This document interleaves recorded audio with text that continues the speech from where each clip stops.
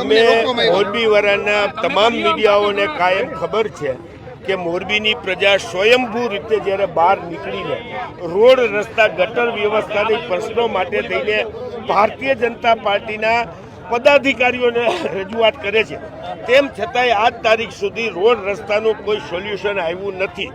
અત્યારે મોરબી નરકમાં ફેરવાઈ ગયું છે. તમે વિસીપરામાં જાઓ, તમે લાતી પ્લોટમાં જાઓ, તમે રવાપર રોડ ઉપર જાઓ, કોઈ પણ જગ્યાએ હાલી શકાય એવી પરિસ્થિતિ નથી. આ સરકાર જે વિકાસની વાતો કરે છે એ વિકાસ ગાંડો થયો હોય તમને મોરબીમાં દેખાશે. અને એ દરમિયાન એ સમયમાં અહીંના ધારાસભ્ય માત્ર ચેલેન્જો મારવામાં પડ્યા છે. અહીંયા પ્રજા એ જે ગયા હોય એમાં મારે લેના દેના કાંઈ છે નહીં.